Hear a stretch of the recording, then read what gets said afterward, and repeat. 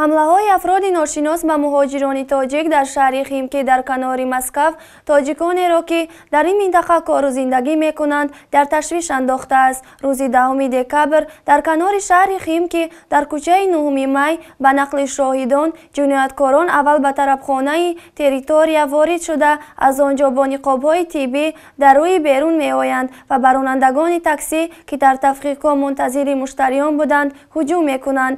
Дар байни ронандагони таксӣ Манучер ном шаҳрванди Тоҷикистон низ ҳузур доштааст. Аҷиб ин аст ки ҷабрдидагон сабаби латукуби худро намедонанд. Он субҳ дар ин шаҳри воқеъ дар канори шаҳри Москав пойтахти Русия дар маҷмӯъ аз 3 то 5 нафар тоҷикистонӣ захмӣ шуданд. Феълан танҳо якеи онҳо дар бемористон бистарист. Дар як утоқи тиббӣ ҳамроҳи шаҳрванди Тоҷикистон боз 5 ҷабридаи дигари ҳуҷумҳои субҳи 10 декабр ки кулашон чечентаборанд бистариянд. Тибқи нақли наздикони ҷавонони қавқозӣ, тоҷикон он субҳ мавриди ҳамлаи иштибоҳӣ қарор гирифтанд. Ба гуфтаи манбаъҳо, феълан дар шаҳри химки тақсимоти қаламрав байни қавқозиҳо ва дастаҳои ҷаҳонӣ ҷиноӣ идома дорад ва эҳтимол меравад, ки муҳоҷирони тоҷик қурбони ҳамин ҷанг шудаанд.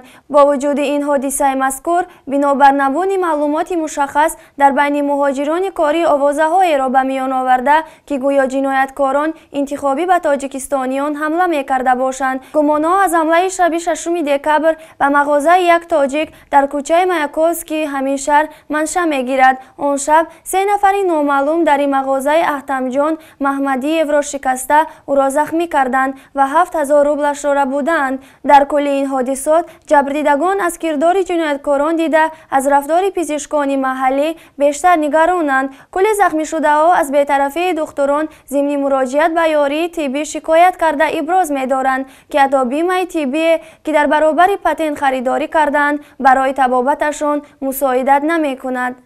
Аллакай ходими консулгарии сафорат ва ҳамчунин ходими намояндагии муҳоҷирати ҷумҳурии Тоҷикистон дар Федератсияи Русия дастур гирифтанд.